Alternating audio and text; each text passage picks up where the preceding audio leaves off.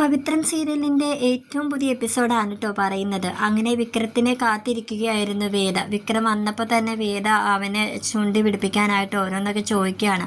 ഇതുവരെ നിങ്ങൾ എവിടെയായിരുന്നു? ഞാൻ എത്ര നേരമായി നിങ്ങൾക്ക് വേണ്ടിയിട്ട് ഇവിടെ കാത്തിരിക്കുക എന്നറിയില്ലേ എന്നൊക്കെ ഇങ്ങനെ ചോദിക്കാനുണ്ട്. അപ്പോൾ വിക്രമാണെങ്കിൽ അവളോട് ഇങ്ങനെ പുച്ഛത്തോടെയാണ് സംസാരിക്കുന്നത്. അതിന് നീ എന്തിനാ എനിക്ക് വേണ്ടിയിട്ട് കാത്തിരിക്കുന്നത്? ഓ, വിവാഹം എല്ലാ രീതിയിലും നടന്നു എന്ന് വെച്ചിട്ട് നീ ഈ മുറിയിൽ തന്നെ ഇനി ജീവിക്കാമെന്നാണോ നീ കരുതുന്നത് എന്നൊക്കെ പറഞ്ഞ് വേദയോട് ഇങ്ങനെ ഓരോന്നൊക്കെ പറഞ്ഞ് തട്ടിക്കയറുവാണ് കേട്ടോ. അപ്പോൾ അവളാണെങ്കിൽ അയ്യടാ, നിങ്ങളുടെ കൂടെ ജീവിക്കാനായിട്ട് എനിക്ക് അങ്ങനെ ആഗ്രഹമൊന്നും ഇല്ല. എന്നെ ഇങ്ങോട്ട് പറഞ്ഞു വിട്ടത് അച്ഛമ്മയാണ്. ഞാൻ വേണമെങ്കിൽ ചെന്ന് പറഞ്ഞേക്കാം നിങ്ങൾ എന്നെ മുറിയിൽ നിന്ന് ഇറക്കി വിട്ടു എന്നൊക്കെ ഇങ്ങനെ പറയാൻ കേട്ടോ. അങ്ങനെ വിക്രമാണെങ്കിൽ വേണ്ട വേണ്ട, നീ എങ്ങോട്ടും പോകണ്ട, നീ അന്ന് ഇവിടെ തന്നെ ഇരുന്നോ, അച്ഛമ്മ ഇനി എപ്പോഴാണാവോ വീട്ടിലേക്ക് പോകുമെന്നൊക്കെ പറഞ്ഞ് ഇങ്ങനെ വിക്രം ഇങ്ങനെ ഇരിക്കാൻ കേട്ടോ. അങ്ങനെ അവളെ ദേഷ്യം ഓരോന്നൊക്കെ പറഞ്ഞ് ഇങ്ങനെ ദേഷ്യം പിടിപ്പിച്ചപ്പോൾ അതിൻ്റെ ഇടയിൽ അവൻ വേദയുടെ അച്ഛനെ കുറിച്ച് ഇങ്ങനെ പറഞ്ഞിട്ടോ. പെട്ടെന്ന് അവൾ ഇമോഷണലി ഡൗൺ ആയിട്ട് അവിടെ ഇങ്ങനെ കരയാണ്. അപ്പോൾ വിക്രം പറയുന്നുണ്ട്, അതിനെ നീ കരയാനും മാത്രം ഞാനൊന്നും പറഞ്ഞില്ലല്ലോ, നിൻ്റെ അച്ഛൻ്റെ കുഴപ്പമൊന്നുമില്ല, നിൻ്റെ അച്ഛന് ഡിസ്ചാർജ് ആയിട്ട് വീട്ടിലോട്ട് പോയല്ലോ, പിന്നെ എന്തിനാ നീ അതോർത്ത് കരയുന്നതെന്നൊക്കെ ഇങ്ങനെ പറയണം. അപ്പോൾ വേദ അതല്ല, ഞാൻ അച്ഛനെ വിളിച്ചിരുന്നു, പക്ഷെ അച്ഛൻ എന്നോട് സംസാരിക്കാനായിട്ട് കൂട്ടാക്കിയില്ല, അതാ എനിക്ക് ഇത്രയ്ക്ക് സങ്കടം എന്നൊക്കെ ഇങ്ങനെ പറയാൻ കേട്ടോ. ഇന്ന് ഞാൻ വീട്ടിലേക്ക് പോകാനിരുന്നതാണ്, പക്ഷെ മുത്തശ്ശിയാണ് എന്നെ അങ്ങോട്ടേക്ക് വിടാതിരുന്നതെന്ന് ഇങ്ങനെയൊക്കെ ഇങ്ങനെ പറയുന്നുണ്ട് കേട്ടോ. അങ്ങനെ വിക്രം വേദിയോട് പറയുന്നുണ്ട്, അല്ലെങ്കിലും നിൻ്റെ അച്ഛനും ഏട്ടനും ഒന്നും ഈ വിവാഹത്തിനൊട്ടും തന്നെ താല്പര്യം ഇല്ല. അതാണല്ലോ ഈ വിവാഹം നടക്കുന്നതിന് 2 ദിവസം മുന്നേ അവരെന്നെ ആക്രമിക്കാൻ നോക്കിയത്, ഞാൻ മരിച്ചെന്ന് അവർ വിചാരിച്ചത് എന്നൊക്കെ ഇങ്ങനെ വിക്രം വേദിയോട് പറയാൻ കേട്ടോ. പെട്ടെന്ന് വേദ ഇങ്ങനെ ഞെട്ടിക്കൊണ്ട് വിക്രത്തിനെ ഇങ്ങനെ നോക്കുകയാണ്. എന്താ നിങ്ങൾ പറഞ്ഞത്? ശ്രീകാന്തേട്ടനാണോ അപ്പോൾ നിങ്ങളെ ഉപദ്രവിച്ചത് എന്നിങ്ങനെ പറയാൻ കേട്ടോ.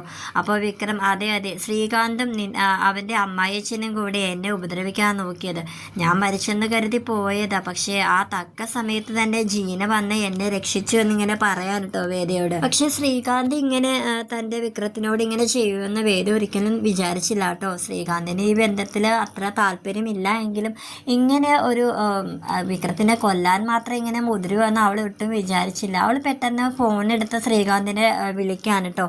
പക്ഷെ അവൻ്റെ ഫോണിൽ കിട്ടുന്നില്ല, വിളിച്ചിട്ട് കിട്ടാത്തതിനെ തുടർന്ന് അവൾ അനിയത്തിനെ വിളിച്ചിട്ട് പറയുന്നുണ്ട്, മോളെ ശ്രീകാന്തേട്ടനെ വിളിച്ചിട്ട് കിട്ടുന്നില്ല, എവിടെ പോയിരിക്കുക എന്നൊക്കെ ഇങ്ങനെ ചോദിക്കുമ്പോഴത്തേക്കും അത് ചേട്ടത്തിയുടെ വീട്ടിലോട്ട് പോയതാ, നാളെ വരുമെന്ന് പറയുന്നുണ്ട്. എൻ്റെ അത്യാവശ്യം ഒന്നിങ്ങനെ ചോദിക്കുന്നുണ്ട്, പക്ഷെ അവളോടൊന്നും പറയുന്നില്ല കേട്ടോ. അങ്ങനെ വേദ പറയുന്നുണ്ട്, ശ്രീകാന്തേട്ടൻ പറഞ്ഞ ഉടനെ തന്നെ എന്നെ ഒന്ന് നാളെ വന്നൊന്ന് കാണണമെന്ന് പറയണം, അമ്പലത്തിൽ വന്നാൽ മതി, നീ ടൈമും കാര്യങ്ങളൊക്കെ നീ വാട്സപ്പ് ചെയ്താൽ മതി എന്നൊക്കെ ഇങ്ങനെ പറഞ്ഞിട്ട് ഫോൺ ഇങ്ങനെ കട്ടാക്കാനായിട്ട് പോവാണ്. അപ്പോൾ പെട്ടെന്ന് അനിയത്തിക്കുട്ടി പറയുന്നുണ്ട്, അത് പിന്നെ ചേച്ചി അന്ന് വിവാഹ ദിവസം ഞാൻ അത്രയൊക്കെ പറഞ്ഞത് അച്ഛന് സുഖമില്ലെന്ന് കേട്ടപ്പോഴും വിവാഹം നടക്കണമെന്ന് മുത്തശ്ശി പറഞ്ഞപ്പോൾ എനിക്ക് നിയന്ത്രിക്കാനായില്ല, ആ ഒരു ദേഷ്യത്തിലാണ് ഞാൻ അങ്ങനെയൊക്കെ സംസാരിച്ചത്, ചേച്ചി എന്നോട് ക്ഷമിക്കണമെന്ന് ഇങ്ങനെ പറയാൻ കേട്ടോ.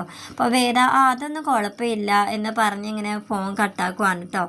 അങ്ങനെ വേദ ഇങ്ങനെ തീരുമാനിക്കുകയാണ്, എന്തായാലും നാളെ തന്നെ ശ്രീകാന്തിനെ, അതായത് ചേട്ടനെ പോയി കാണുമെന്ന് ഇങ്ങനെ തീരുമാനിക്കുകയാണ് കേട്ടോ. പിറ്റേന്ന് രാവിലെ വേദ വിക്രത്തിനെ വിളിക്കാനായിട്ട് ഉറക്കത്തിൽ നിന്ന് വിളിക്കാനായിട്ട് വരുവാണ്. അവനാണെങ്കിൽ ഏറ്റവും ദേഷ്യമുള്ള കാര്യമാണ് ഉറങ്ങിക്കൊണ്ടിരിക്കുമ്പോൾ പെട്ടെന്ന് വന്ന് വിളിക്കുന്നത്. അതറിയാവുന്നത് കൊണ്ട് തന്നെ വേദ വിക്രത്തിനെ ഇത്തിരി ദേഷ്യമാക്കാൻ വേണ്ടിയിട്ട് ഓരോന്നൊക്കെ കാണിക്കുന്നുണ്ട്. അതായത് ഒരു നൂലിൽ ചെറിയ ഉപ്പൊക്കെ ഇങ്ങനെ കോർത്തിട്ട് അവൻ്റെ വായിലോട്ട് ഇങ്ങനെ വെച്ച് കൊടുക്കാൻ കേട്ടോ. അങ്ങനെ വിക്രം ഇങ്ങനെ പെട്ടെന്ന് ഇങ്ങനെ ഞെട്ടുകയാണ്.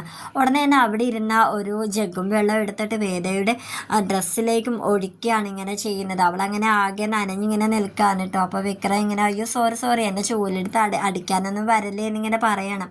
വേദ പക്ഷെ ചൂലെടുത്തത് ഞാനിവിടേക്ക് അടിച്ചു വരാൻ പോവാ, നിങ്ങൾ എന്താ വിചാരിച്ചു ഞാൻ നിങ്ങളെ തല്ലാൻ പോകണമെന്നാണോ?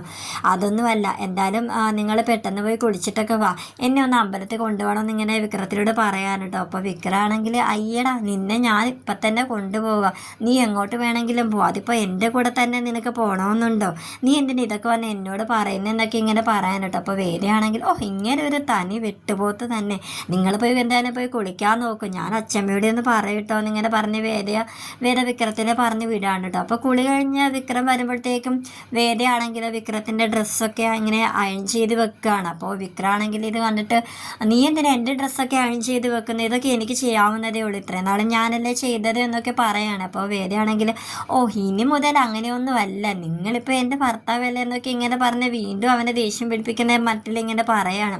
അങ്ങനെ വിക്രമാണെങ്കിൽ പേഴ്സിൽ നിന്ന് ഒരു 30 രൂപ എടുത്തിട്ട് അവിടെ കയ്യിലോട്ട് ഇങ്ങനെ കൊടുക്കുകയാണ്. എന്തായാലും നീ ഇത്രയൊക്കെ ചെയ്തല്ലേ, ഞാൻ ആർക്കും ഓസിനൊന്നും എൻ്റെ കാര്യങ്ങളൊന്നും ചെയ്യാനായിട്ട് ഞാൻ ആരെയും അനുവദിക്കില്ല, ഇതാ വെച്ചോളൂ എന്ന് പറഞ്ഞ് ഇങ്ങനെ കൊടുക്കുകയാണ്. അപ്പോൾ വേദ അപ്പോൾ നല്ല ദേഷ്യം വന്നിട്ട് അവനോട് പറയാണ്, നിങ്ങൾ എന്നെ 3-4 കെട്ട് എൻ്റെ കഴുത്തിൽ കെട്ടിയില്ലേ, എന്നിട്ടും നിങ്ങൾ ഇങ്ങനെയൊക്കെ എന്നോട് എന്തിനാ കാണിക്കുന്നത്, ഇപ്പോഴും നിങ്ങൾക്ക് മനസ്സിലായില്ലേ ഞാൻ നിങ്ങളുടെ ആരാണെന്ന്, എന്നിട്ട് ഓരോന്നൊക്കെ കാണിക്കുമ്പോഴത്തേക്ക് നിങ്ങൾക്ക് സത്യം പറഞ്ഞവരെ അടിവെച്ച് തരേണ്ടത് എന്നൊക്കെ പറഞ്ഞ് നല്ല ദേഷ്യപ്പെടാണ് കേട്ടോ വിക്രത്തിനോട്. അങ്ങനെ വിക്രം ഇങ്ങനെ അവൾ പറയുന്നെങ്കിൽ ഇങ്ങനെ പതച്ചിങ്ങനെ നിൽക്കുകയാണ്. പിന്നീട് കാണിക്കുന്നത് അപ്പുമോളെ ശ്രീജിയും വിശ്വവും കൂടി വീട്ടിലേക്ക് കൊണ്ടാക്കാനായിട്ട് പോവാൻ കേട്ടോ. അങ്ങനെ എല്ലാവരും അപ്പുമോളെ രാവിലെ ഒരുങ്ങി സുന്ദരിയായിട്ട് നിൽക്കുകയാണല്ലോ, ഇത് എങ്ങോട്ടാ എന്നിങ്ങനെ ചോദിക്കുമ്പോഴത്തേക്കും അപ്പുമോള് സങ്കടത്തോടെ ആണ് കേട്ടോ പറയുന്നത്, സ്കൂള് തുറക്കാറായില്ലേ, ഞാൻ പോവാ, മാമൻ്റെ വീട്ടിലേക്ക് എന്നെ കൊണ്ടാക്കാനായിട്ട് അച്ഛനും അമ്മയും വരുവാണ് അങ്ങനെ പറയാൻ കേട്ടോ. അങ്ങനെ എല്ലാവരും അയ്യോടാ അപ്പുമോള് പോവാണല്ലേ എന്ന് പറഞ്ഞ് അച്ഛമ്മ ഒരു ഗിഫ്റ്റൊക്കെ കൊടുക്കുന്നുണ്ട് കേട്ടോ, ഉടുപ്പാണ് മോൾക്ക് സ്കൂളിൽ പോകുമ്പോഴൊക്കെ ഇടാലോ എന്നിങ്ങനെ പറയാൻ കേട്ടോ. അപ്പോൾ അപ്പുമോളാണെങ്കിൽ അയ്യോ സ്കൂളിൽ യൂണിഫോം അല്ലേ, അത് പിന്നെ കളർ ഡ്രസ്സൊക്കെ ഇടുന്ന സമയത്ത് ഇട്ടാൽ മതി എന്നിങ്ങനെ അച്ഛമ്മ പറയുകയാണെ. അമ്മയും ഒരു ഗിഫ്റ്റൊക്കെ കൊടുക്കുന്നുണ്ട് അപ്പുമോൾക്ക്. അങ്ങനെ വിക്രത്തിൻ്റെ അച്ഛൻ ഇങ്ങനെ കുളി കഴിഞ്ഞ് വന്നിട്ട് അപ്പുമോള് ഇറങ്ങാൻ പോവാണോ എന്നൊക്കെ ഇങ്ങനെ പറഞ്ഞിട്ട് അദ്ദേഹവും കുറച്ച് രൂപ അപ്പുമോളെ ഏൽപ്പിക്കുകയാണ്, യൂണിഫോമും പുസ്തകമൊക്കെ മേടിക്കാനായിട്ട് ഇത് വെച്ചോളൂ എന്ന് പറഞ്ഞിട്ട്. അപ്പോൾ വിശ്വം പറയുന്നുണ്ട്, അച്ഛാ അതിനുള്ള കാശൊക്കെ ഞാൻ ഒപ്പിച്ച് വെച്ചിട്ടുണ്ട് അച്ഛ എന്നിങ്ങനെ പറയാണ്. പെട്ടെന്ന് അദ്ദേഹത്തിൻ്റെ മുഖം അങ്ങോട്ട് മാറിയിട്ട് പറയുന്നുണ്ട്, എല്ലാ കൊല്ലവും അതൊക്കെ മുടങ്ങാതെ ഞാൻ തന്നെയല്ലേ ചെയ്തിരുന്നത്, പിന്നെ ഇപ്പോൾ നീ ജോലിക്ക് പോകുന്നുണ്ട്, നാളെ നീ ജോലിക്ക് പോകുന്നില്ല എന്നാര് കണ്ടു, അതാണല്ലോ നിന്റെ പ്രകൃതം. ശ്രീജെ നീ ഇവനെ നന്നായി ഒന്ന് സൂക്ഷിച്ചോളൂ, ഇവൻ പറയുന്നതൊന്നും നീ അത്രയ്ക്ക് വിശ്വസിക്കണ്ട, ഇവനല്ല ഇങ്ങനെ തന്നെ ആയിരുന്നാൽ കൊള്ളാം, അത് എല്ലാവർക്കും നല്ലതാണ്, പക്ഷെ അത് അവനും കൂടി വിചാരിക്കണം എന്നൊക്കെ ഇങ്ങനെ വിശ്വത്തിന് ഓരോന്ന് പറഞ്ഞ് അവൻ്റെ മനസ്സിങ്ങനെ മടുപ്പിക്കുകയാണ് കേട്ടോ. അങ്ങനെ അദ്ദേഹം അകത്തോട്ട് കയറി പോവാണ്. പക്ഷേ അമ്മയും അച്ഛമ്മയും അപ്പോഴും പറയുന്നുണ്ട് വിശ്വത്തിനോട്, അച്ഛനെ നിന്നെ നന്നായിട്ട് അറിയാലോ, അതുകൊണ്ട് അച്ഛൻ ഇങ്ങനെയൊക്കെ പറയുന്നത്, അപ്പോൾ നീ എന്താ ചെയ്യേണ്ടത്, നീ ജോലിക്ക് സ്ഥിരമായി അങ്ങോട്ട് പോകണം, അച്ഛനെ നീ അച്ഛൻ വിചാരിക്കുന്നത് പോലെ ഒന്നുമല്ല എന്ന് നീ അച്ഛനെ കാണിച്ചു കൊടുക്കണം എന്നൊക്കെ ഇങ്ങനെ വിശ്വത്തിനോട് പറയുകയാണ് കേട്ടോ. അങ്ങനെ അപ്പുമോളെ ഇറങ്ങാനായിട്ട് പോവാണ്.